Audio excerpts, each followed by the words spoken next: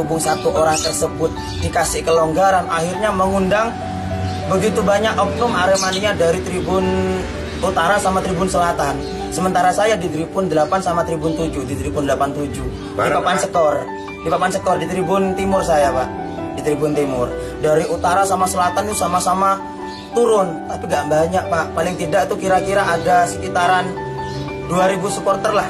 Gak nyampe separuhnya, padahal yang hadir 42.000 lebih yang hadir itu.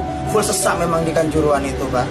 Karena mungkin hal tersebut yang memicu adalah aparat sendiri yang memukul Aremania begitu keras sampai ada yang meninggal di lapangan pada saat itu. 2 orang kalau nggak salah. Kita melihat dengan mata saya sendiri, Pak. Sebelum ada tembakan gas Sebelum ada gas air mata sudah ada pukulan. Yang meninggal. Dari pihak aparat sudah ada pukulan dan geletak di tengah itu sudah terkapar. Meninggal enggak ada tahu ya, pokoknya terkapar. Tapi nggak bergerak sudah, Pak. Posisi sudah terdiam gitu.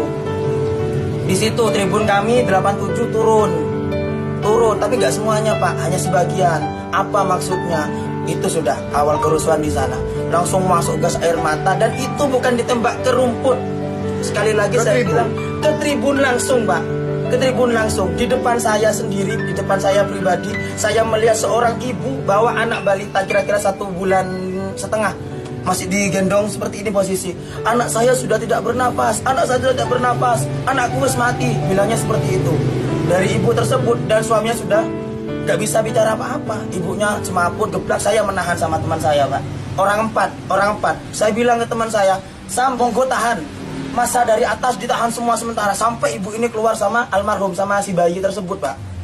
Sampai ibu ini keluar, saya lepas tangan saya, di situ ada gas air mata lagi yang masuk. Posisi di atas saya, gas air mata itu meletas kena tiang itu loh, membatas tribun, duas. Pas di atas saya turun, air itu turun sama asap itu sudah turun.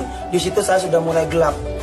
Gelapnya saya awal itu sesak, saya nggak bisa nafas, Pak. Saya belum keluar tribun, masih di tangga mau turun ke pintu keluar. Saya masih di tribun itu, Pak. Tapi sempat di lapangan ya, Benda? Nggak, saya nggak turun. Saya termasuk apa ya, Pak? Nggak berani gitu loh. Biarkan mereka lah. Kalau emang mereka mau mengutarakan, tapi kita nggak di 87 nggak, Pak. Cuma sebagian yang turun gitu.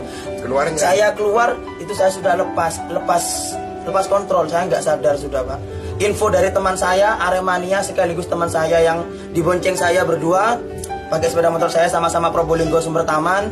Itu yang bopong saya, bawa lari saya karena saya sudah kejang, mata sudah putih semua. Saya nggak sadar kejang.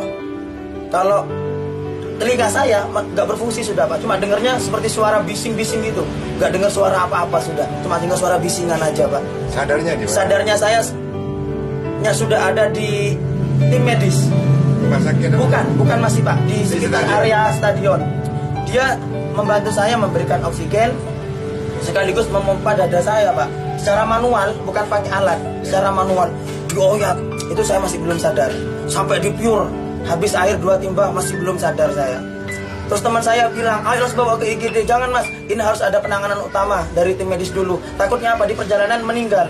Karena dilihat denyut nadi saya masih ada waktu itu, Pak. Jadi diusahakan sebisa mungkin sampai saya tuh akhirnya merespon. Badan saya merespon dengan batuk, Pak. Batuk yang terasa perih, tapi nafas masih tersendat, masih sedikit-sedikit. Saya baru bisa nafas kalau kepala saya di ke ataskan gini, baru bisa nafas saya, Pak. Dan itu murni karena gas air mata. Terlalu banyak sudah, Pak. Kebetulan di atas saya.